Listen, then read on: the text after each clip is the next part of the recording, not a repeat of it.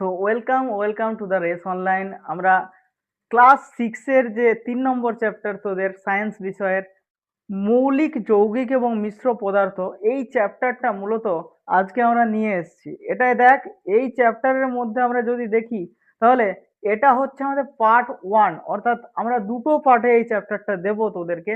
যে এই চ্যাপ্টারের মধ্যে কি কি আছে, কি জিনিস আছে, সেই ব্যাপারগুলো নিয়ে মূলত আলোচনা করব। এবং আরেকটা জিনিস তোদেরকে যেটা বলবো যে ক্লাস 6 এর জন্য এই চ্যাপ্টার থেকে শুরু হলেও আগের যে চ্যাপ্টারগুলো ছিল এবং পরের যে চ্যাপ্টারগুলো তোদের এক্সামিনেশনের জন্য ইম্পর্ট্যান্ট, সেই চ্যাপ্টারগুলোও আমরা কিন্তু পর পর পর পর আপলোড করতে থাকবো।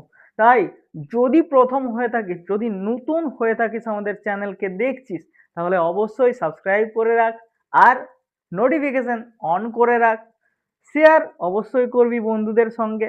আরেকটা জিনিস যেটা করবি সেটা হচ্ছে যে এই যে টেলিগ্রাম গ্রুপটা আছে, এটার মধ্যে কিন্তু আমরা সমস্ত পিডিএফ নোটসগুলো দিয়ে দেবো। এই যে চ্যাপ্টারে এই যে নোটসটা আমি তোকে দেখাচ্ছি, এই নোটসটাই কিন্তু আমি তোকে ক্লাসের আপলোড করার সঙ্গে সঙ্গে আমি টেলিগ্রাম গ্রুপেও আপলোড করে দেব।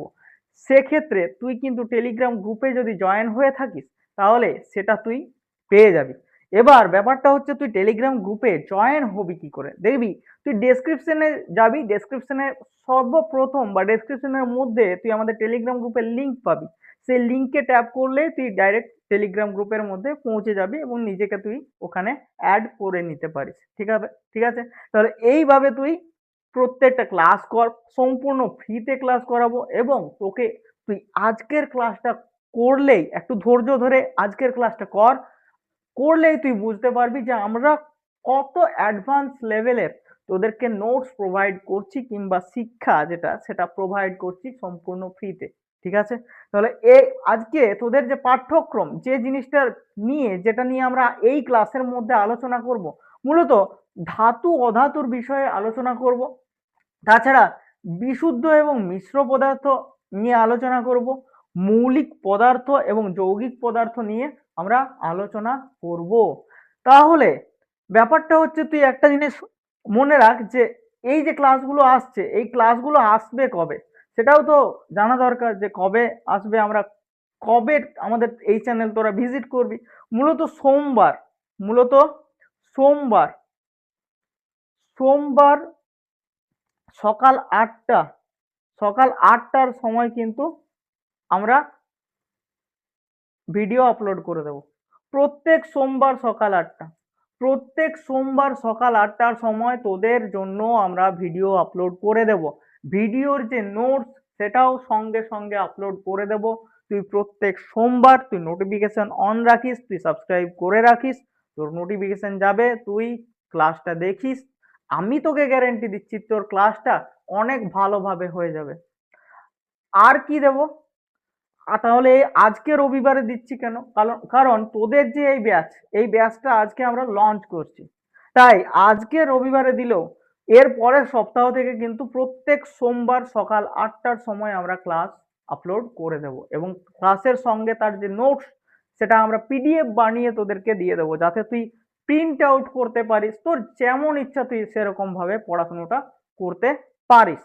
তোকে সাবস্ক্রাইবের ব্যাপারটা তো বললামই, যে সাবস্ক্রাইবটা করে রাখতে পারিস। কারণ সাবস্ক্রাইব যদি না করিস তাহলে কি হবে, কারণ আমার যে নোটিফিকেশনটা সেটা তো তোর কাছে যেতে হবে, তোকে তো জানতে পারতে হবে যে ক্লাস এসেছে কি ক্লাস আসেনি, সেই ব্যাপারগুলো। তাহলে তুই যদি সাবস্ক্রাইবটা করে নোটিফিকেশনটা অন করে রাখিস তাহলে সেক্ষেত্রে তুই নোটিফিকেশন আগের থেকেই চলে যাবে তোর কাছে।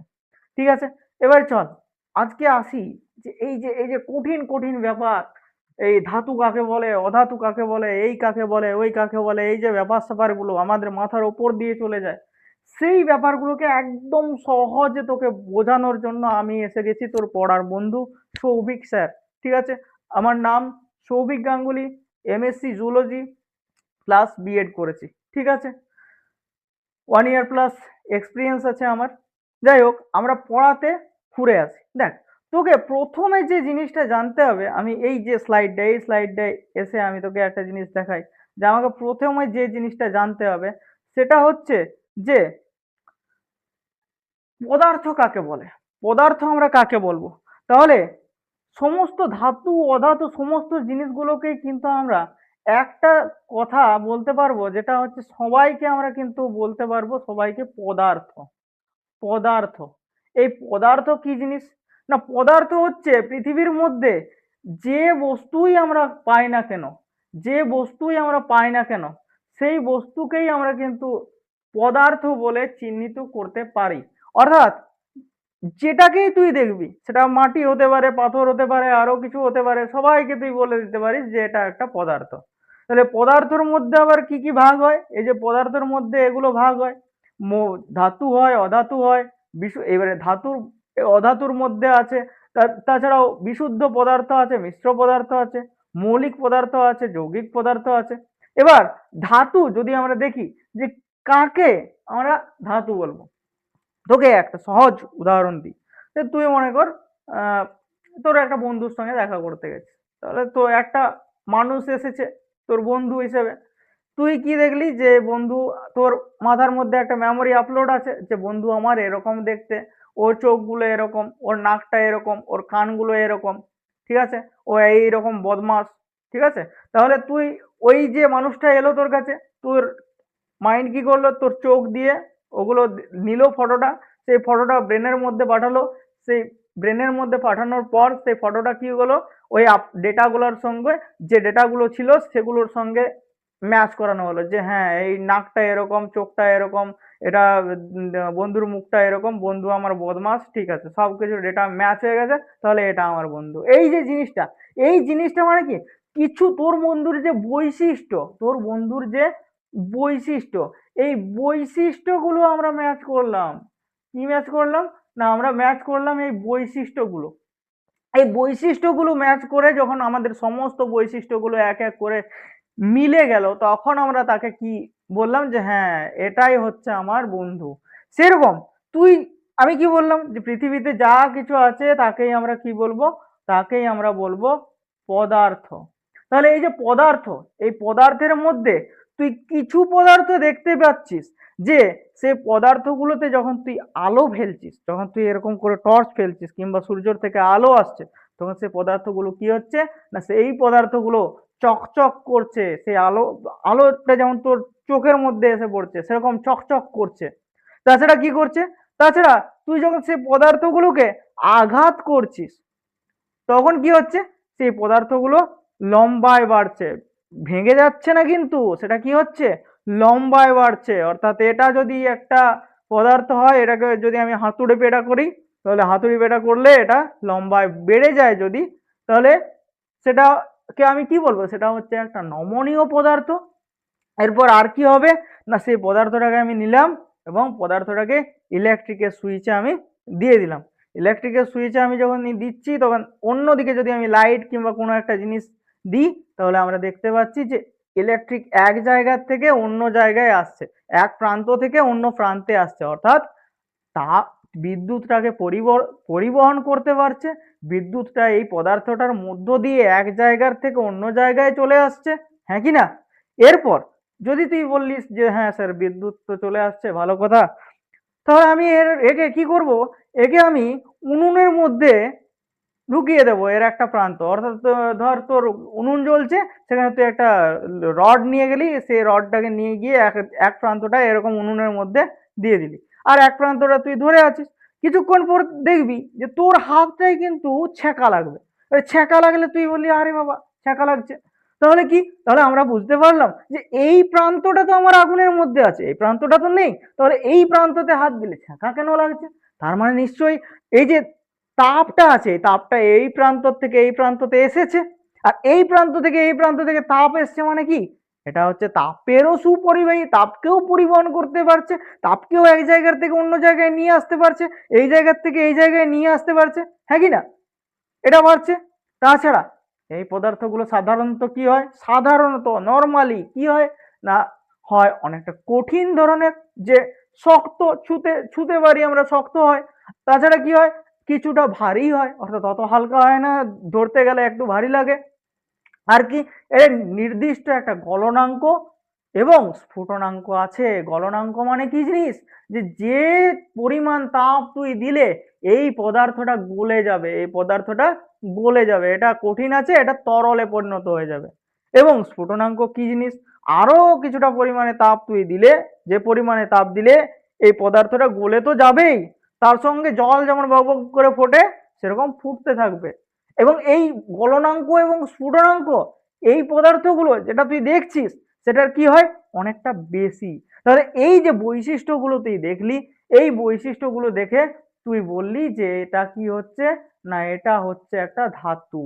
তুই এটার নাম দিলি কি, না তুই এটার নাম দিলি ধাতু। তাহলে ধাতুর কি কি বৈশিষ্ট্য তুই দেখলি, না চকচক করে, আলো পড়লে আঘাতে প্রসারিত হয় অর্থাৎ নমনীয়, তাপ এবং বিদ্যুৎ পরিবহন করতে পারে, সাধারণত কঠিন হয় এবং ভারী হয়, এবং গলনাঙ্ক এবং স্ফুটনাঙ্ক বেশি। আরেকটা জিনিস আছে যে জিনিসটা তোদের বইয়ের মধ্যেও দেওয়া আছে, তুই যদি বইটাকে পড়িস তাহলে বইয়ের মধ্যেও পাবি। সেই পয়েন্টটা হচ্ছে, আমি এখানে স্টার চিহ্ন দিয়ে লিখে দিলাম, যে একে আঘাত করলে, একে কি করলে, না একে যদি আঘাত করিস, আঘাত করলে এ ধাতব শব্দ দেয়। কি শব্দ দেয়, না ধাতব শব্দ করে, শব্দ দেয়, ধাতব শব্দ দেয়। অর্থাৎ ধর একটা পদার্থ আছে, একটা আছে, তুই কি করলি, হাতুড়ি নিয়ে গিয়ে এটাকে এক হাতুড়ি দিয়ে দিলি, কি শব্দ হলো, ঠং করে একটা শব্দ হলো। অর্থাৎ কি রকম ধাতব একটা শব্দ তুই কানে তুই পেলি, তুই কি ভাবলি যে ও একে তো ধাতব শব্দ পেয়ে গেছি, তাহলে এই ব্যাটা নিশ্চয়ই ধাতু। ঠিক আছে, তাহলে এটা আমরা বুঝলাম যে ধাতুর বৈশিষ্ট্য কি। এবার ধাতু তোর তুই বৈশিষ্ট্য বুঝে গেছিস বাবা। এবার তোকে বললো যে বাবা তুমি একটা ধাতুর সংজ্ঞা লেখো। সংজ্ঞা কি জিনিস বাবা, সংজ্ঞা হচ্ছে, সংজ্ঞা হচ্ছে, তুই সিনেমা দেখেছিস, সিনেমা দেখিস, দেখ সিনেমায় দেখবি যখন সিনেমাটা লঞ্চ করে তার কিছু মাস কিছুদিন আগে একটা ছোট্ট সিনেমার কয়েকটা দৃশ্য নিয়ে একটা ভিডিও টাইপের পোস্ট করে, সেটার নাম হচ্ছে ট্রেলার। অর্থাৎ পুরো সিনেমাটাকে ও কি করে ছোট্ট একটা ভিডিওর মধ্যে, ছোট্ট একটা ইয়ের মধ্যে দেখিয়ে দেয়, সাসপেন্স তৈরি করার জন্য, মানুষের মনে আগ্রহ তৈরি করার জন্য, যে এবারটা সিনেমা বানিয়েছে ওটার মধ্যে কি আছে, কিছুগুলো দৃশ্য নিয়ে। আমরা সংজ্ঞায় কি করি, না আমরা সংজ্ঞায় এত যে বৈশিষ্ট্য দেখলাম, এই চকচকে হতে হবে, আঘাত করলে ঠং করে আওয়াজ করতে হবে, এই করতে হবে, বিদ্যুৎ পরিবহন করতে হবে, তাপ পরিবহন করতে হবে, এই যে ব্যাপারগুলো, এই সমস্ত ব্যাপারগুলো কি আমি যখন ছোট করে একটা কি দুটো লাইনে লিখবো, সেই বর্ণনাটাকেই আমরা বলি সংজ্ঞা। অর্থাৎ তুই যদি এখানে সংজ্ঞা, ধাতুর সংজ্ঞা দিতে চাস, তাহলে তুই সংজ্ঞাটা নিজেই বানাতে পারবি। কিভাবে বানাতে পারবি, দেখ আমরা কি বলেছিলাম, পৃথিবীতে যা কিছু জিনিস আছে সবাইকে আমরা কি দিয়ে চালাবো, পদার্থ নাম দিয়ে চালিয়ে দেবো। তাহলে যে পদার্থ, সংজ্ঞা বলার নিয়ম হচ্ছে প্রথমেই কিন্তু বলে দেবো না যে এই বেটা ধাতু, একদম গিয়ে আমরা বলবো শেষে যে এই বেটা ধাতু, এই জিনিসগুলো ম্যাচ করছে, বৈশিষ্ট্যগুলো একই একই হয়ে যাচ্ছে, মিলে যাচ্ছে, তার জন্য আমরা একে ধাতু বলছি। তাহলে কি, যে যে পদার্থের, যে পদার্থ আলো পড়লে চকচক করে, তাপে প্রসারিত হয়, যদি আমরা এই আঘাতে প্রসারিত হয়, কিংবা আঘাত করলে ধাতব শব্দ পাওয়া যায়, তাপ এবং তড়িতের সুপরিবাহী হয়, সাধারণত কঠিন এবং ভারী হয়, এবং গলনাঙ্ক এবং স্ফুটনাঙ্ক এর সাধারণত উচ্চ হয়, সেই সমস্ত পদার্থকে আমরা ধাতু বলি, বা সেই সমস্ত পদার্থকে ধাতু বলে। ঠিক আছে, তাহলে এই যে জিনিসটা তুই লিখলি এটাই হচ্ছে ধাতুর সংজ্ঞা। ঠিক আছে, তাহলে এখানে তুই ধাতুর সংজ্ঞাটা লিখতে পারবি ওইরকম ভাবে। এবার তোকে আমি যদি কিছুগুলো ধাতু দেখিয়ে দিই, তাহলে ধাতু দেখ, তুই এখানে দেখতে পাচ্ছিস যে, দেখ এখানে দেখতে পাচ্ছিস যে স্টিল আছে, স্টিল হচ্ছে একটা ধাতু। আয়রন, আয়রন হচ্ছে একটা ধাতু, আয়রন হচ্ছে একটা ধাতু। ব্রোঞ্জ, ব্রোঞ্জ হচ্ছে একটা ধাতু। তারপরে brass, aluminium, copper, cadmium, gold, lead, এই কিছুগুলো ধাতু। আরো কি বেশ কিছু ধাতু আছে, মূলত আমাদের অনেকগুলোই প্রায় ধাতু আছে। তাহলে এই যে জিনিসগুলো, এগুলোর থেকে তুই ধাতু কাকে বলে, ধাতু কি জিনিস, ধাতুর সংজ্ঞা কি, ধাতুর বৈশিষ্ট্য কি, এই সমস্ত জিনিসগুলো আমরা বুঝতে পারলাম। আশা করছি সবাই বুঝতে পেরেছিস বাবু, আশা করছি সবাই বুঝতে পেরেছিস। যদি বুঝতে পেরে থাকিস তাহলে এটা বন্ধুদের সঙ্গে কিন্তু শেয়ার করতে হবে, ঠিক আছে, শেয়ার না করলে কিন্তু হবে না, ঠিক আছে? চল এবার আমরা দেখি, তাহলে ধাতু তো হলো, তুই তো বলবি যে স্যার আমি তো ধাতু বুঝে গেছি, এরপর কি বুঝবো? না এরপর আমরা বুঝবো যে জিনিসটা, সেটাকে আমরা বলবো অধাতু। সেই জিনিসটাকে আমরা কি বলবো? না সেটাকে আমরা বলবো অধাতু। অধাতু কি জিনিস? তাহলে ধাতু যে জিনিসগুলো ছিল সেগুলোর বিপরীত অনেক কিছু হবে, সেগুলোর প্রায় প্রায় বিপরীত জিনিস হবে।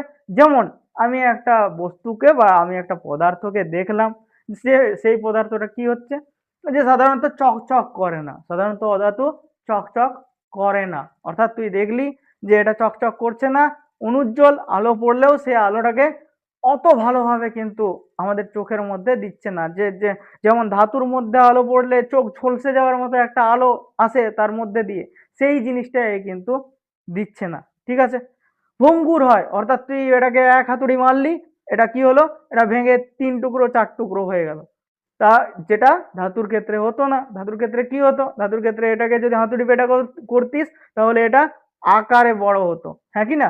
তারপর তাপ এবং তড়িতের কুপরিবাহী, অর্থাৎ তুই যদি এটাকে তাপের মধ্যে দিস, উনুনের মধ্যে এক দিকটা দিয়ে দিস আর এক দিকটা ধরে থাকিস, তাহলে অনেকক্ষণ পরেও তুই দেখতে পাবি যে এইদিকে তোর গরম হচ্ছে না, তুই হাত দিয়ে ধরে থাকতে পারবি। অর্থাৎ তাপকে পরিবহন করছে না, এক জায়গা থেকে অন্য জায়গায় তাপকে নিয়ে আসছে না, হ্যাঁ কি না? তারপর এরা সাধারণত গ্যাসীয় অবস্থায় থাকতে পছন্দ করে এবং তরল অবস্থায় থাকতে পছন্দ করে, অর্থাৎ এরা খুব একটা বেশি কঠিন অবস্থায় পাওয়া যায় না, ঠিক আছে? গলনাঙ্ক এবং স্ফুটনাঙ্ক এদের খুব কম, অর্থাৎ অল্প যদি তাপ দিস তাহলেই কিন্তু এ গলে যায় কিংবা বক বক করে ফুটতে তৈরি শুরু করে। তাহলে এই যে বৈশিষ্ট্যগুলো, এই বৈশিষ্ট্যগুলোর থেকে আমরা কি জানলাম, যে এটা তো ধাতু নয়। এবার এটাকে তুই দেখলি এটা কিন্তু ধাতু নয়, তাহলে এটা কি হবে? তাহলে এটা হবে অধাতু। তাহলে এটা কি হবে? না এটা হবে অধাতু। এবার অধাতুর সংজ্ঞা তুই যদি দিস, অধাতুর সংজ্ঞা তুই যদি দিতে চাস, তো তুই এই বৈশিষ্ট্যগুলোকে কিভাবে অ্যারেঞ্জ করে বা একসঙ্গে লিখে ছোট করে এক লাইনের মধ্যে বলতে হয় সেটা আমি তোকে শিখিয়ে দিয়েছি। তাহলে সংজ্ঞা আর তোকে মুখস্থ করতে হচ্ছে না। এখানে তুই যদি কিছুগুলো অধাতু দেখিস, তাহলে তুই দেখ এই যে বস্তুটা আছে, এই বস্তুটা দেখ, এই বস্তুটা অনেকটা অনুজ্জ্বল টাইপের, অনেকটা কি, না অনেকটা অনুজ্জ্বল টাইপের। এটা কি, না এটা হচ্ছে গ্রাফাইট। তুই যে পেন্সিলের যে সীসাটা দিয়ে তুই লিখিস বা পেন্সিলের যে অংশটা দিয়ে লিখিস, সেটাকে আমরা কি বলি, গ্রাফাইট। সেটাকে ওই রকম আকারে নিয়ে আসা হয়, কাঠের মধ্যে দেওয়া হয়, সেটা আসলে কি, না সেটা আসলে এরকম থাকে। লাইমস্টোন, অর্থাৎ পাথর, যে চুনো পাথর যেগুলো হয় সেগুলো। তারপরে হতে পারে ডলোমাইট, তারপরে হতে পারে মাইকা। এই যে জিনিসগুলো আছে এগুলো কি ধাতু? না ধাতু নয়। কেন নয়? কারণ ধাতুর বৈশিষ্ট্যের সঙ্গে এর বৈশিষ্ট্যগুলো ম্যাচ করছে না, বা ধাতুর বৈশিষ্ট্যের সঙ্গে এই বৈশিষ্ট্যগুলো মিলছে না। যখন মিলছে না, এদের নতুন নতুন বৈশিষ্ট্য আমরা পাচ্ছি, তখন একে আমরা কিসের ভাগের মধ্যে ফেলছি, না একে আমরা অধাতুর মধ্যে ফেলছি, ঠিক আছে? আশা করছি যে অধাতু যে অংশটা আছে, এই অধাতু অংশটা তোদের ক্লিয়ার হয়েছে। আরো কি কি অধাতু থাকতে পারে তুই যদি উদাহরণ দেখিস, দেখ এইখানে নিচের দিকে চলে আয়, নিচের দিকে তুই দেখতে পাস, নিচের দিকে দেখতে পাবি যে অধাতু অক্সিজেন, অক্সিজেন কিন্তু অধাতু হতে পারে। দেখ অক্সিজেন কি অবস্থায় আছে, সাধারণত গ্যাসীয় অবস্থায়। আমরা কি জানি যে অধাতু সাধারণত গ্যাসীয় অবস্থায় থাকতে পারে। কার্বন, কার্বন কি অবস্থায় আছে? কার্বন কঠিন অবস্থায় থাকে, কিন্তু এ কিন্তু তোর সাধারণত চকচক করে না, ভঙ্গুর হয়, তাপ এবং তড়িতের কুপরিবাহী, অর্থাৎ তাপ তড়িৎ পরিবহন করতে পারে না। এই বাকি যে বৈশিষ্ট্যগুলো আছে সেই বৈশিষ্ট্যগুলো ম্যাচ করে যাচ্ছে বা মিলে যাচ্ছে, তাহলে এটা কি, এটাকে আমরা বলতে পারি কার্বনকে এটা অধাতু। সালফার, সালফার কি রকম হয়, না সালফারও অধাতুর মধ্যে পড়ছে। নাইট্রোজেন অধাতুর মধ্যে পড়ছে। ক্লোরিন অধাতুর মধ্যে পড়ছে। কারণ কি, কারণ এই যে বৈশিষ্ট্য আমরা পড়লাম, এই বৈশিষ্ট্যগুলো কি হচ্ছে, না এই বৈশিষ্ট্যগুলো কিন্তু মিলে যাচ্ছে, এই বৈশিষ্ট্যগুলো কিন্তু মিলে যাচ্ছে, ঠিক আছে? এই এতদূর আশা করছি যে সবাই বুঝতে পেরেছিস। সবাই বুঝতে পেরেছিস কি বুঝতে পারিসনি কিন্তু সবাই কিন্তু কমেন্টে জানাস, কমেন্টে জানাস। আর তাছাড়া এই যে আমাদের টেলিগ্রাম গ্রুপটার কথা বললাম, এটা কিন্তু তোদের জন্য খোলা আছে, তুই মেসেজ করতে পারিস। যদি কোনো জায়গায় তোর প্রবলেম হয় সেই জায়গাটা কিন্তু তুই বলতে পারিস আমাদের টেলিগ্রাম গ্রুপে মেসেজ করে। অবশ্যই টেলিগ্রাম গ্রুপে তুই হাই হ্যালো গুড মর্নিং এই সকল মেসেজ একদম করিস না, কারণ সেগুলো করলে কি হয়, সেগুলো করলে সবাই বিরক্ত হয়। কিন্তু তুই পড়ার জন্য কোনো জায়গাটা বুঝতে পারিসনি, কোনো জায়গাটায় বুঝিয়ে দিতে হবে, সেই জিনিসগুলো কিন্তু তুই অবশ্যই বলতে পারবি, এবং তার জন্যই সেগুলো যাতে বলতে পারিস, তাই কিন্তু তোদের এই টেলিগ্রাম গ্রুপটা খোলা আছে। মেসেজ করতে পারিস তোরা সবাই। জাস্ট টেলিগ্রামে মেসেজ করিস কিংবা কমেন্ট বক্সে মেসেজ করে বলিস যে পড়ানোটা কেমন লাগছে। যদি ভালো লেগে থাকে তাহলে সেটাও অবশ্যই বলিস যে স্যার পড়ানোটা দারুণ লাগছে, কি খারাপ লাগছে, কোথায় খারাপ লাগছে কিংবা কোন জায়গায় ভালো লাগছে, সেই সমস্ত জিনিসগুলো ফিডব্যাক দিস। বাকি যে অংশটা আছে, বাকি অংশে আমরা ফিরে আসি। এরপর আমরা কোন অংশটা পড়বো না, এরপর আমরা দেখ এতক্ষণ তো আমরা দেখলাম যে পদার্থ পড়লাম। এরপর আমরা যে জিনিসটা পড়বো সেটা হচ্ছে বিশুদ্ধ পদার্থ। বিশুদ্ধ পদার্থ, তাহলে পদার্থকে যদি আমরা ভাগ করি, যদি আমরা এখানে পদার্থকে ভাগ করি, তাহলে পদার্থকে আমরা কয়টা ভাগে ভাগ করতে পারবো? পদার্থকে যদি আমরা ভাগ করি, তাহলে এটাকে আমরা মূলত এক হচ্ছে বিশুদ্ধ পদার্থতে ভাগ করতে পারবো, আর পরে আর একটা কি পদার্থতে ভাগ করতে পারবো না, মিশ্র পদার্থতে ভাগ করতে পারবো, মিশ্র পদার্থ। তাহলে বিশুদ্ধ পদার্থ কাকে বলবো আর মিশ্র পদার্থই কাকে বলবো, উদাহরণ কি দেব, সেই যে জিনিসগুলো সেগুলো তোকে আমি বোঝাচ্ছি। তাহলে দেখ, বিশুদ্ধ পদার্থ, বিশুদ্ধ মানে কি, আমাদেরকে তার আগে একটা জিনিস কনসেপ্ট জেনে নেওয়া খুব দরকার, খুব জরুরি, যেটা হচ্ছে পরমাণুর কনসেপ্ট। যেটা কি না, যেটা হচ্ছে পরমাণুর কনসেপ্ট। পরমাণু কি জিনিস? পরমাণু কি জিনিস? দেখ, পরমাণু হচ্ছে যে তুই যদি একটা বস্তুকে বা তুই যদি একটা পদার্থকে ভাঙতে থাকিস, তুই যদি একটা পদার্থকে ভাঙতে থাকিস, একদম টুকরো টুকরো টুকরো টুকরো টুকরো টুকরো করে ভাঙছিস, হাতুড়ি পেটা করছিস বেটাকে, হাতুড়ি পেটা করে করে করে করে করে করে একদম টুকরো টুকরো করছিস, তো দেখতে পারবি যে একটা লেভেলের পর একটা একদম ছোট হয়ে গেছে, তুই চোখে দেখতে পাচ্ছিস না, তুই মাইক্রোস্কোপ নিয়ে ভাঙছিস, ওই আজকে তোকে ভেঙেই ছাড়বো। কিন্তু একটা লেভেলের পর, একটা মাত্রার পর সেটাকে তুই আর ভাঙতে পারবি না, সেটাকে তুই আর ভাঙতে পারবি না। এই যে এই যে অবস্থাটা, যে লেভেলটা বা যে মাত্রাটা, যার পর তুই আর তাকে ভাঙতে পারছিস না, তাকে চাইলেও ভাঙতে পারছিস না, সেই যে অবস্থাটা, সেটাকে মূলত আমরা বলছি পরমাণু। সেটাকে আমরা মূলত বলছি পরমাণু। ঠিক আছে, এবার এই যে এই অবস্থায় আবার আহ সমস্ত পদার্থ স্বাধীনভাবে থাকতে পারে না। কিছু কিছু পদার্থ থাকে যে হ্যাঁ ঠিক আছে আমি একাই থাকতে পারবো, কিছু কিছু পদার্থ কি আছে, না আমি ও একাই থাকতে পারবো না, আমাকে আরো বন্ধু চাই। যেমন তুই দেখতে পারিস, তুই বুঝতে পারিস যে আমরা যখন অক্সিজেন লিখি, তখন আমরা অক্সিজেনটাকে এরকম ভাবে লিখি, অর্থাৎ ও তার নিচে একটা 2 লিখি। তার মানে কি? তার মানে হচ্ছে অক্সিজেন আবার একা থাকতে পারে না, ও ওর দুটো পরমাণু নিয়ে একসঙ্গে দল বেঁধে, দুটো বন্ধু, 2 বন্ধু একসঙ্গে থাকে। না হলে যদি একা থাকে তাহলে কিন্তু ও থাকতে পারবে না স্বাধীনভাবে। তাহলে এই হলো আমাদের পরমাণুর কনসেপ্ট, যে পরমাণু কি, পদার্থের সবচাইতে ছোট যে টুকরো, সবচাইতে ছোট কণা, পদার্থের সবচাইতে ছোট কণাকেই আমরা বলছি পরমাণু। পদার্থের সবচেয়ে ছোট কণা, পদার্থের সবচেয়ে ছোট কণাকে আমরা কি বলছি না, তাকে বলছি আমরা পরমাণু। এবার পরমাণু এই কনসেপ্টটা আমি তোকে কেন দিলাম, আর এর এই যে অক্সিজেনটা দুটো একসঙ্গে দুটো পরমাণু জোট বেঁধে আছে, এই অবস্থাটাকে কি বলবো? এই অবস্থাটা এই পরমাণুর থেকে দেখ একটু বড় বটে না, একটু বড়। এই পরমাণু হচ্ছে সবচাইতে ছোট অবস্থা, এবং অণু কি হচ্ছে, অণু এর থেকে জাস্ট একটু বড় অবস্থা। তাহলে একে আমরা কি বলবো? একে আমরা বলবো অণু। পরমাণু অর্থাৎ সবচাইতে ছোট, পরমটাকে বাদ দিয়ে দিলাম, অর্থাৎ এর থেকে সামান্য একটু বড়। তাহলে অণু কি করতে পারে? অণু আবার স্বাধীন অবস্থায় থাকতে পারে। তাই দেখ অক্সিজেনটা কি আছে না, অক্সিজেনটা স্বাধীন অবস্থায় আছে, হ্যাঁ কি না?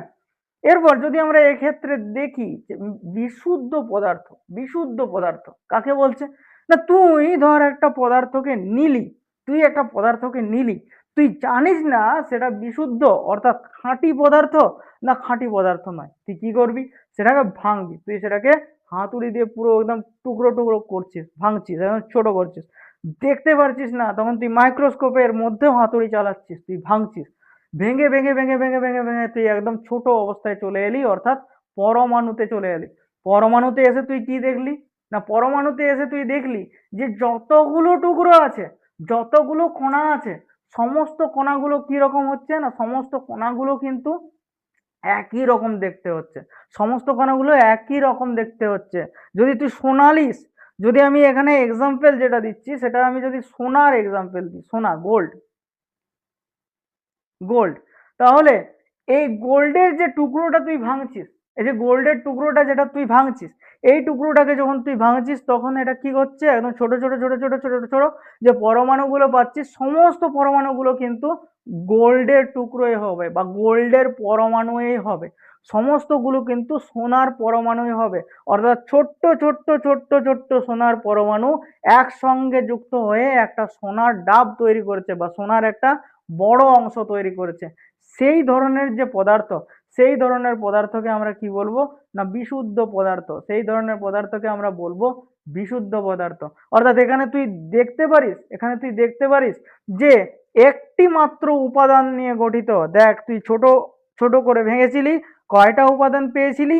একটি মাত্র উপাদান, অর্থাৎ একই রকমের উপাদান পেয়েছিলি, সমস্ত কণাগুলো কিন্তু গোল্ডের কণায় পেয়েছিলি, একটি মাত্র উপাদান নিয়ে তৈরি। নির্দিষ্ট এবং অপরিবর্তিত গলনাঙ্ক আছে, অর্থাৎ তুই যদি সোনাকে গলাতে চাস, এখানে যতটা পরিমাণে উষ্ণতা দিয়ে তুই গলাতে পারিস, সে সোনাটাকে তুই যদি লন্ডনে গিয়ে গলাতে চাস, সেখানেও কিন্তু একই উষ্ণতা লাগবে। তুই যদি পৃথিবীর অন্য প্রান্তে গিয়ে সেটাকে গলাতে চাস, সেখানেও কিন্তু একই গলনাঙ্ক হবে, অর্থাৎ একই তাপমাত্রায় সেটা গলবে, সেটা অপরিবর্তিত থাকবে সমস্ত জায়গা ভিত্তিতে, সমস্ত যে কোনো জায়গায় তুই যে কোনো ভাবে তুই কর, সেটা অপরিবর্তিত থাকবে, অর্থাৎ সেটা নির্দিষ্ট, সেটার একটা নির্দিষ্ট ভ্যালু আছে, একটা ফিক্সড মান আছে, হ্যাঁ কি না? এটাকে তুই যদি আলাদা করতে চাস, তাহলে কি করতে হবে? না, তোকে রাসায়নিক পদ্ধতির সাহায্য নিতে হবে। এটাকে যদি তুই আলাদা করতে চাস, তাহলে তোকে কি করতে হবে? সহজে তুই আলাদা করতে পারবি না, তোকে রাসায়নিক পদ্ধতির সাহায্য নিতে হবে। আর কি করতে হবে? তুই যদি সর্বত্র একই ধর্ম প্রদর্শন করে তুই যদি এটাকে এখানে দেখিস, তাহলে সোনাটাকে যেরকম দেখতে পারবি, সোনাটার যে বৈশিষ্ট্যগুলো যেরকম পাবি, তুই যদি এটাকে দার্জিলিং এ গিয়ে দেখিস, তো সেটাকে সেরকম একই বৈশিষ্ট্য দেখতে পারিস। অর্থাৎ এ সর্বত্র সমস্ত জায়গার মধ্যে, সমস্ত পরিবেশের মধ্যে যে কোনো জায়গায় তুই এটাকে দেখতে যা, যে কোনো জায়গায় তুই এটাকে এটার বৈশিষ্ট্যগুলো দেখ, এটা কিন্তু একই ধরনের ধর্ম প্রদর্শন করে। উদাহরণ যদি আমরা দিই, দেখ, উদাহরণের ক্ষেত্রে আমরা জলের উদাহরণ দিতে পারি। জল তুই এখানের জল দেখ, কিংবা জলের ক্ষেত্রে তুই দার্জিলিং এর জল দেখ, কিংবা লন্ডনের জল দেখ, জল কিন্তু একই রকম থাকবে। লবণ, লবণ কিন্তু একই রকম থাকবে। তুই যদি গোল্ড দেখিস, গোল্ড একই রকম থাকবে। সিলভার একই রকম থাকবে। বাকি সমস্ত কিছু ধাতু এবং অধাতু যারা বিশুদ্ধ অবস্থায় থাকে, তারা কিন্তু একই রকম অবস্থায় থাকবে। এরপর আসছে কি, না এরপর আমি আসছি যেটা, সেটা হচ্ছে মিশ্র পদার্থ। তাহলে পদার্থকে আমরা দুটো ভাগে ভাগ করেছিলাম। পদার্থকে এক তো ভাগ করেছিলাম বিশুদ্ধ পদার্থ, এক তো ভাগ করেছিলাম বিশুদ্ধ, আর একটা ভাগ করেছিলাম মিশ্র। এবার দেখছি মিশ্র পদার্থ এটা কি। এই জিনিসটার ক্ষেত্রে একটু বদমাশ আছে। এটা কিরকম, কিরকম কেসটা কিরকম? কেসটা হচ্ছে যে তুই যে জিনিসটাকে ভাঙছিস, তুই মনে কর একটা মিশ্র পদার্থকে তুই ভাঙছিস, তো আমরা দেখব যে এটা বেশ কিছু দূর গিয়ে এটা তুই আলাদা আলাদা দুটো পদার্থ, তিনটে পদার্থ, চারটে পদার্থ তুই পেয়ে যাবি, আলাদা আলাদা পদার্থ। অর্থাৎ দুই বা তার বেশি, দুই বা ততোধিক উপাদানের সমন্বয়ে এই জিনিসটা তৈরি হয়। যদি আমরা একটা উদাহরণ দিই, তো সবচাইতে ভালো মিশ্র পদার্থের উদাহরণ হবে, সবচাইতে ভালো মিশ্র পদার্থের উদাহরণ হবে চিনি এবং জলের মিশ্রণ। চিনি এবং জলের মিশ্রণ, চিনি এবং জল, চিনি এবং জল দিয়ে কি হয়? সমান হয় শরবত। অর্থাৎ এই যে শরবতটাকে তুই যদি দেখিস, তাহলে শরবতটাকে তুই দেখতে পাবি যে শরবতটা কি না, শরবতটা হচ্ছে চিনির পদার্থ, চিনি এবং জল, দুটো আলাদা আলাদা পদার্থ। এই দুটো আলাদা আলাদা পদার্থ একসঙ্গে মিশে আমার একটা অন্য ধরনের পদার্থ তৈরি করেছে। যে পদার্থটা অবশ্যই অন্য ধরনের হলেও এই মিশ্র পদার্থের ক্ষেত্রে যে ধরনের বস্তু আমার মিশেছে তাদের ধর্ম কিন্তু যেমন ছিল ঠিক সেরকম ভাবেই প্রকাশিত পায়। অর্থাৎ চিনি যদি মিষ্টি হয়, তুই শরবতটা খেলে কিন্তু তুই সেই মিষ্টতাটা অনুভব করতে পারবি। জল যদি তরল হয়, তাহলে তুই সেই তরল অবস্থাটা কিন্তু তুই শরবতটাকে দেখলেই বুঝতে পারবি যে এটা তরল পদার্থ। হ্যাঁ কি না? তাহলে চিনির যে ধর্ম সেটা যেমন প্রকাশিত হচ্ছে, জলের ধর্ম সেটাও কিন্তু প্রকাশিত হচ্ছে। অর্থাৎ মিশ্র পদার্থের ক্ষেত্রে দুই বা ততোধিক অর্থাৎ দুই বা তার বেশি পদার্থ একসঙ্গে এসে একটা নতুন ধরনের পদার্থ তৈরি করছে। কিন্তু সেই নতুন ধরনের পদার্থটাও কিন্তু কি হচ্ছে না, নতুন ধরনের এই পদার্থটাও হচ্ছে তার যে অংশগুলো নিয়ে হচ্ছে সেই নতুন পদার্থগুলোর ধর্মটা বজায় রাখছে। নির্দিষ্ট গলনাঙ্ক নেই। এর নির্দিষ্ট গলনাঙ্ক কোথার থেকে পাবি? দেখ, চিনির একটা আলাদা গলনাঙ্ক, জলের একটা আলাদা গলনাঙ্ক, এই দুটো মিশে একটা অন্য ধরনের শরবত তৈরি করেছে। তাহলে শরবতের কার গলনাঙ্কটা নিবি? একটা চিনির গলনাঙ্ক নিবি না জলের গলনাঙ্ক নিবি? তাহলে এর কি হবে না, এর কোনো নির্দিষ্ট গলনাঙ্ক থাকবে না। যেরকম পরিমাণে তুই মেশাবি সেই রকম অনুযায়ী এর গলনাঙ্ক, স্ফুটনাঙ্ক এগুলো পরিবর্তিত হতে থাকবে। হ্যাঁ কি না? কারণ দুজনের ধর্মই আমাকে আনতে হবে, তাহলে গলনাঙ্কও কিন্তু একটা ধর্ম।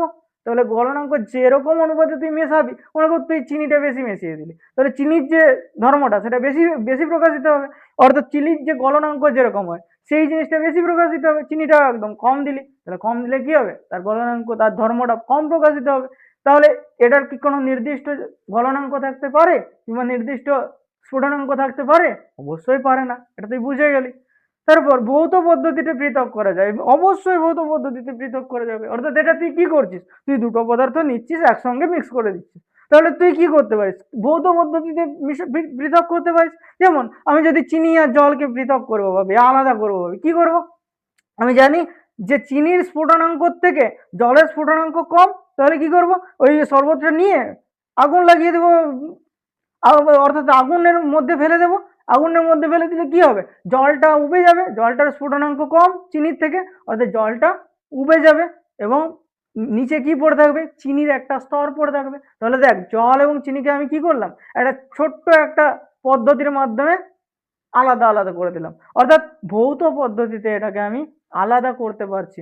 তুই অন্য একটা মিশ্রণ নে, তুই ধর বালি আর জলের মিশ্রণ নে, বালি দেখ, বালি আর জল, বালি জলের মধ্যে সম্পূর্ণভাবে মিক্স হয় না। কিংবা কাদা আর জল নে, কাদার পরিমাণ, কাদা জলটাকে আলাদা করব কিভাবে না, আলাদা করব কাদাটা তুলনামূলক বড় উপাদান, কণা গলার সাইজ বড়, তাহলে সেটাকে কি করব, ছাঁকনির সাহায্যে আলাদা করে দেবো। কিভাবে? ছাঁকনির সাহায্যে। একটা কাগজ পাওয়া যায়, সেই কাগজটাকে দিয়ে ছাঁকনি বানাবো, সেই ছাঁকনিটার সাহায্যে আলাদা করে নেবো। চিন্তার কোনো বিষয় নেই, এগুলো তোদের এই চ্যাপ্টারের মধ্যে আছে, যেটা পরের ক্লাসে আমরা করব। নো টেনশন, আমি ভালো করে বুঝিয়ে দেবো। এই যে পদার্থটা, এই যে মিশ্রণ যে বস্তুটা, সেটা এখন বুঝ, তাহলে সেটা তুই বুঝতে পারলি যে ভৌত পদ্ধতিতে খুব সহজেই আমরা আলাদা করতে পারছি। এটাকে কি করতে পারছি না, এটাকে খুব সহজেই আমি আলাদা করতে পারছি। এর উপাদানের ধর্ম অক্ষুণ্ণ থাকে। এর উপাদানের ধর্ম কি থাকে, এর উপাদানের ধর্মটা অক্ষুণ্ণ থাকে। অর্থাৎ আমি যে জিনিসটা তোকে বললাম এখন, যে চিনির ধর্মটাও বজায় রাখছে, জলের ধর্মটাও বজায় রাখছে, অর্থাৎ দুটো ধর্মই থাকছে, অক্ষুণ্ণ থাকছে, যেমন ছিল সেরকম থাকছে। এর উদাহরণ আমি দেখ তোকে দিলাম, চিনি জলের মিশ্রণ অর্থাৎ শরবত। তারপর তুই বাতাস নিতে পারিস, দেখ বাতাসে কত ধরনের মিশ্রণ আছে না, বাতাসকে যদি নিস, বাতাসে কি আছে না, নাইট্রোজেন আছে, অক্সিজেন আছে, তারপর কার্বন ডাই অক্সাইড আছে, আরো অনেক ধরনের জিনিস আছে। এই সমস্ত কিছুগুলো কি হচ্ছে, একসঙ্গে মিক্স হয়ে একটা বাতাস তৈরি করছে। হ্যাঁ কি না? তাহলে বাতাস কি হবে, বাতাস একটা মিশ্র পদার্থ হবে।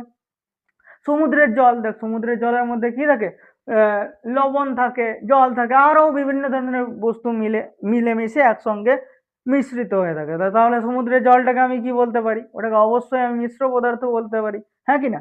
তাহলে এই ব্যাপারটা আমরা বুঝলাম। আমরা এই যে ব্যাপারটা ছিল মিশ্র পদার্থ এবং তোর বিশুদ্ধ পদার্থ, এই ব্যাপারটা বুঝলাম। দেখ এবারে তুই যদি দেখিস যে এটার পার্থক্য, দেখ তুই যে পার্থক্যটা দেওয়া আছে এখানে আমার যে পার্থক্যটা দেওয়া আছে, এটা কিন্তু তুই ডাইরেক্ট পরীক্ষার মধ্যে নামিয়ে দে, তুই 5 এ 5 পেয়ে যাবি। বা তোর যে হাইয়েস্ট নাম্বার থাকবে সেটা তুই পেয়ে যাবি। সেভাবেই আমি বানিয়েছি। তাহলে তুই দেখ বিশুদ্ধ পদার্থের ক্ষেত্রে কি হয়, একটি মাত্র উপাদান নিয়ে গঠিত। অর্থাৎ আমরা দেখলাম বিশুদ্ধ পদার্থকে তুই যদি ভাঙিস, যেটা দেখলাম গোল্ডের ক্ষেত্রে, তো তোর কাছে গোল্ডের অনেক ফুরন্ত ব্যাপার আছে, তুই গোল্ড বললি যে আমি ছোটখাটো ব্যাপার নিয়ে করি না, আমি ডাইরেক্ট গোল্ড। তাহলে গোল্ডটাকে তুই যদি ভাঙছিস তাহলে ভেঙে ভেঙে ভেঙে ভেঙে কি পাবি, একই ধরনের কণা পাবি। অর্থাৎ তুই বুঝে গেলি এটা বিশুদ্ধ পদার্থ।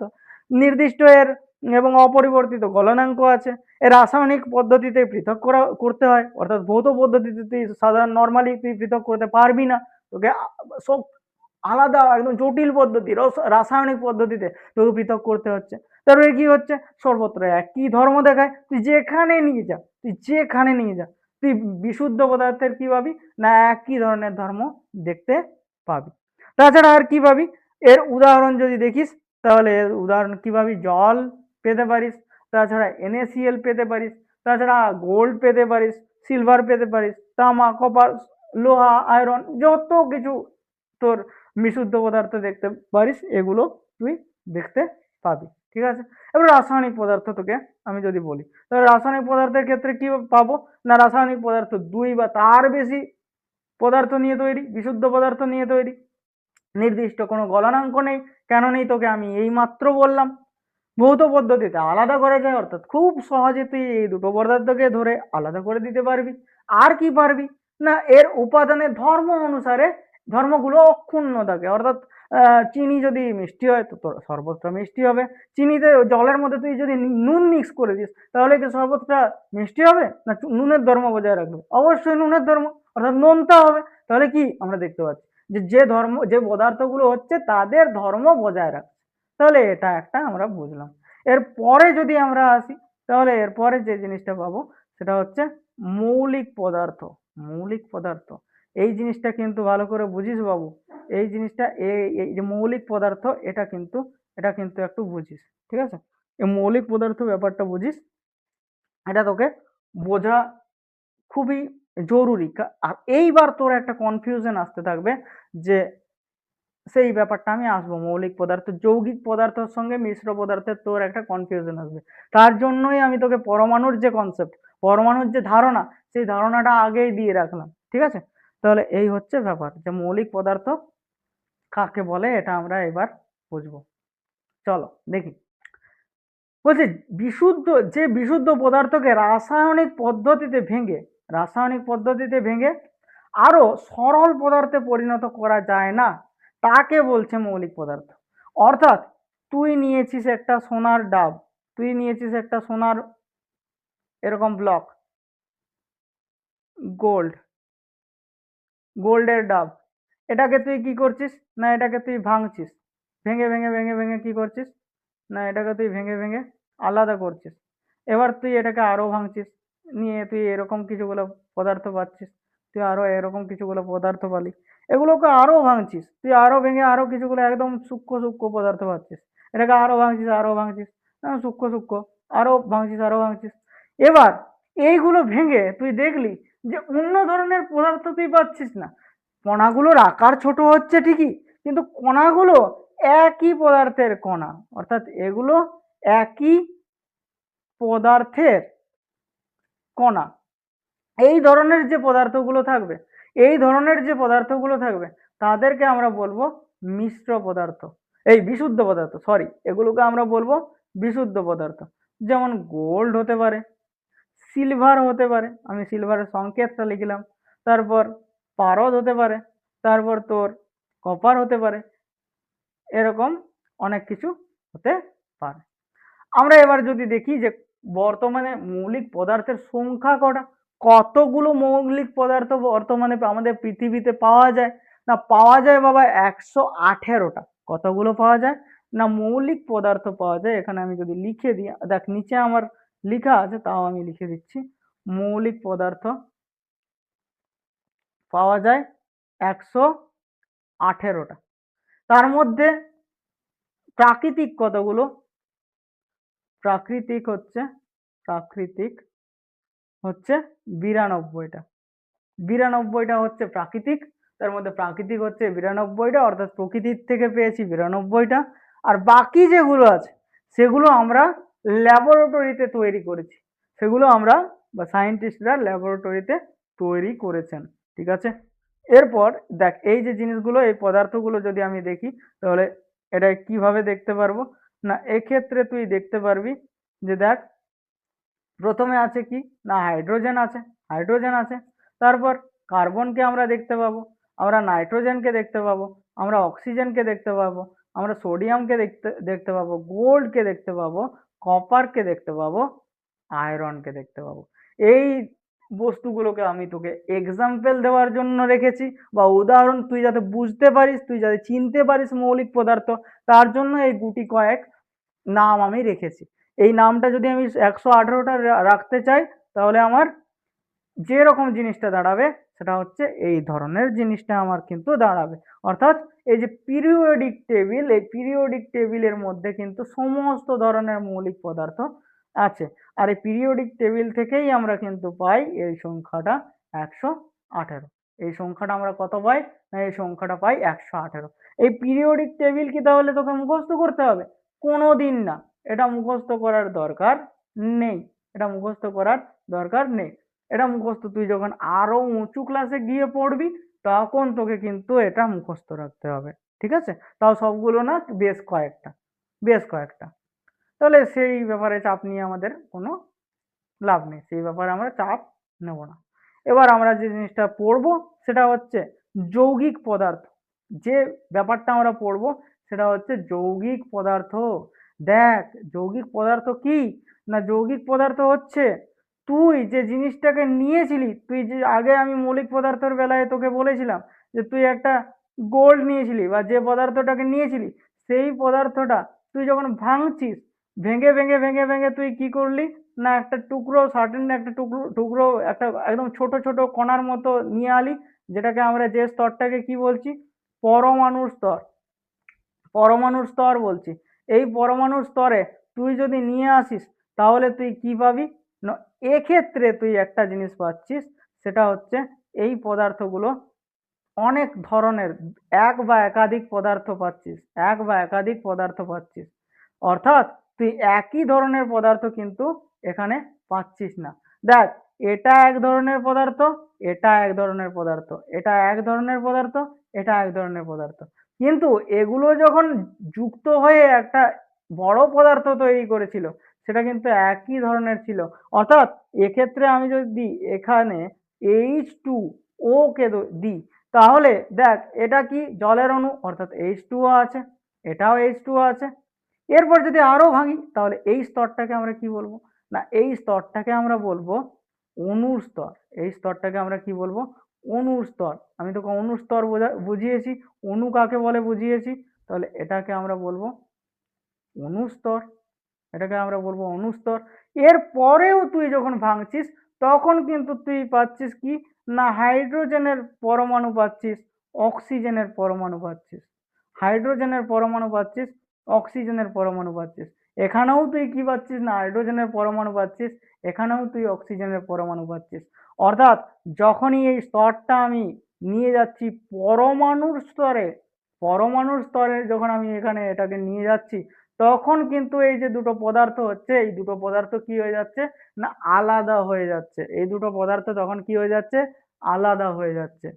তুই এক ধরনের পদার্থ কিন্তু তুই পাচ্ছিস না। অর্থাৎ তুই বলতে পারিস যে পরমাণুর স্তরে যখন দুটো আলাদা আলাদা পরমাণুর পদার্থের পরমাণু একসঙ্গে যুক্ত হয়ে একটা অন্য ধরনের পদার্থের অণু তৈরি করছে, অর্থাৎ আমি যদি এখানে এক্সাম্পলটা দিয়ে বলি, অর্থাৎ হাইড্রোজেন এবং অক্সিজেনের পরমাণুগুলো একসঙ্গে যুক্ত হয়ে কিসের অণু তৈরি করছে, জলের অণু তৈরি করছে। এবং এক্ষেত্রে আমি একটা জিনিস দেখতে পাবো, যেটা হচ্ছে এদের কিন্তু ধর্মগুলো আলাদা আলাদা হয়। এদের কিন্তু যদি আমরা দেখি ধর্মগুলো আলাদা আলাদা হয়। অর্থাৎ এরা একই ধর্ম বজায় রাখে না, এরা একই ধর্ম বজায় রাখে না, এদের ধর্ম সম্পূর্ণ ভিন্ন হয়, ভিন্ন ধর্ম দেখায়, এরা ভিন্ন ধর্ম দেখায়। অর্থাৎ হাইড্রোজেনের ধর্ম যদি আগুন জ্বালানো, নিজে দহনে সাহায্য করে না, নিজের জ্বলে, অর্থাৎ নিজে দহনযোগ্য। অক্সিজেন কি করে না, জ্বলতে সাহায্য করে। জল দেখ সম্পূর্ণ বিপরীত, নিজে জ্বলেও না, জ্বলতে সাহায্যও করে না, বরং আগুন নেভাতে সাহায্য করে। তাহলে হাইড্রোজেন এবং অক্সিজেনের যে ধর্ম ছিল, সেই ধর্মের সঙ্গে এদের ধর্ম কি ম্যাচ হচ্ছে, এদের ধর্ম কি দেখা যাচ্ছে, এদের ধর্ম কি বোঝা যাচ্ছে? হাইড্রোজেন এবং অক্সিজেনের যে ধর্ম, তাদের ধর্মের সঙ্গে এদের ধর্ম কি বোঝা যাচ্ছে, মানে একই দেখা যাচ্ছে না? অবশ্যই একই দেখা যাচ্ছে না। অর্থাৎ এক্ষেত্রে হাইড্রোজেন, এক্ষেত্রে জলের ধর্ম এবং হাইড্রোজেন এবং অক্সিজেনের ধর্ম তুই যদি দেখিস, তাদের ধর্ম সম্পূর্ণ ভিন্ন, অর্থাৎ এরা ভিন্ন ধর্ম দেখাচ্ছে, এরা সম্পূর্ণ ধরনের ভিন্ন ধর্ম দেখাচ্ছে। ঠিক আছে, তাহলে এদের ধর্মগুলো আলাদা আলাদা হয়। আর এরা কোন স্তরে যুক্ত হয় না, পরমাণুর স্তরে যুক্ত হয়। এরা কি স্তরে যুক্ত হয় না, এরা পরমাণুর স্তরে যুক্ত হয়। এবং অণুস্তর পর্যন্ত কিন্তু এরা নিজেদের অণুস্তর আছে, অর্থাৎ তুই যদি অণুস্তর পর্যন্ত ভাঙিস তাহলে তুই জলের অণু পাবি, কিন্তু জলের অণুটাকে আরো যখন তুই ভাঙতে যাবি, তখন কিন্তু তোর দুটো পরমাণু আলাদা আলাদা হয়ে যাবে। তুই এখানে কিছুগুলো উদাহরণ দেখতে পারিস, যেমন যেমন তুই এখানে দেখতে পারিস যে উদাহরণটা, সেটা হচ্ছে NaCl দেখতে পারিস। NaCl অর্থাৎ আমরা যে লবণটা খাই, সেই লবণটাকে আমরা বলছি NaCl। কার্বন ডাইঅক্সাইড দেখতে পারিস, গ্লুকোজ দেখতে পারিস। এই যে বস্তুগুলো আছে, এই যে বস্তুগুলো আছে, এগুলো কি না, এগুলো হচ্ছে একাধিক মৌলিক পদার্থের সংমিশ্রণে তৈরি হয়েছে। দেখ, তুই যদি কার্বন ডাইঅক্সাইড দেখিস, তাহলে সি অর্থাৎ কি, সি অর্থাৎ কার্বন, সি অর্থাৎ কার্বন, এবং ও অর্থাৎ অক্সিজেন, ও অর্থাৎ অক্সিজেন। অর্থাৎ এক্ষেত্রে দেখ কয়টা পদার্থ আছে না, এক্ষেত্রে আছে আমাদের দুটো পদার্থ। এটা কয়টা পদার্থের সংমিশ্রণে হয়েছে না, এটা দুটো পদার্থের সংমিশ্রণে হয়েছে। এটাই তুই কি পাবি, একটা পদার্থ পাবি Na সোডিয়াম, আর একটা পদার্থ পাবি Cl বা ক্লোরিন। অর্থাৎ এক্ষেত্রেও আমাদের কয়টা পদার্থের সংমিশ্রণে হয়েছে না, এক্ষেত্রেও আমাদের দুটো পদার্থের সংমিশ্রণে হয়েছে। জলের ক্ষেত্রে তুই যদি দেখিস, জলের ক্ষেত্রে কি পাবি, এক পাবি হাইড্রোজেন আর এক পাবি অক্সিজেন, অর্থাৎ দুটো পদার্থের সংমিশ্রণে হয়েছে। জলের ক্ষেত্রেও আমাদের কয়টা না, দুটো পদার্থের সংমিশ্রণে হয়েছে। তুই অ্যামোনিয়ার ক্ষেত্রে দেখ, পাচ্ছিস তুই নাইট্রোজেন এবং হাইড্রোজেন, নাইট্রোজেন এবং হাইড্রোজেন দুটো পদার্থের সংমিশ্রণে হয়েছে। তুই সালফিউরিক অ্যাসিডের ক্ষেত্রে দেখ, তুই সালফিউরিক অ্যাসিডের ক্ষেত্রে দেখ, এক্ষেত্রে তুই কয়টা পদার্থ পাবি না, এক্ষেত্রে তুই তিনটে পদার্থ পাবি। এক হচ্ছে হাইড্রোজেন, এক হচ্ছে সালফার, এক হচ্ছে অক্সিজেন। এক্ষেত্রে কিন্তু আমরা তিনটে পদার্থ পাচ্ছি। এই ক্ষেত্রে দেখো গ্লুকোজের ক্ষেত্রে, গ্লুকোজের ক্ষেত্রে আমরা কি পাচ্ছি না, এক্ষেত্রেও আমরা তিনটে পদার্থ পাচ্ছি। কি কি তিনটে পদার্থ, এক তো প্রথমে পাচ্ছি কার্বন, তারপরে হাইড্রোজেন, তারপরে অক্সিজেন। ঠিক আছে, দেখ কি কি পদার্থের সংমিশ্রণে হয়েছে সেইগুলোও কিন্তু আমরা লিখে রেখেছি এই নোটের মধ্যে। দেখ এখানে এখানে এখানে দেখ লিখা আছে, এখানে লিখা আছে, দেখ কি কি পদার্থের সংমিশ্রণে এটা তৈরি হয়েছে। অর্থাৎ তুই যদি এই নোটটাকে ফলো কর, আমি বলবো তোর বইয়ে যা পড়বি, বইটা অবশ্যই পড়বি, তোকে বইটা পড়তেই হবে, কিন্তু বই পড়ার পরও তোকে এই নোটটা কিন্তু পড়তে হবে। ঠিক আছে, আমাদের ক্লাসটা আজকে মূলত এই পর্যন্তই। তোর যদি ভালো লেগে থাকে আমার পড়ানোটা, তাহলে যদি এই চ্যানেলটাকে তুই প্রথম হয়ে থাকিস, তাহলে অবশ্যই যেটা করবি সাবস্ক্রাইব করবি। আর তার সঙ্গে তুই যে জিনিসটা করছিস সেটা হচ্ছে তুই কিন্তু এক্ষেত্রে শেয়ার করিস, বন্ধুদের সঙ্গে শেয়ার করিস। তুই কি করছিস না, তুই সাবস্ক্রাইব করছিস, আর তুই একটা জিনিস করছিস, তুই কিন্তু শেয়ার করছিস। ঠিক আছে, এই নোটটা আমি তোকে জাস্ট আপলোডের সঙ্গে সঙ্গে টেলিগ্রাম গ্রুপে, এই যে টেলিগ্রাম গ্রুপটা আছে এখানে নিচে তুই দেখতে পাচ্ছিস, এই টেলিগ্রাম গ্রুপের মধ্যে আমি দিয়ে দেবো। এই টেলিগ্রাম গ্রুপের মধ্যে কিন্তু আমি নোটটা দিয়ে দেবো। তাই সবাই অনেক অনেক অনেক ভালো থাক, অনেক সুস্থ থাক, অনেক ভালোভাবে পড়াশোনা কর, আর রেস অনলাইনের সঙ্গে থাক। Thank you.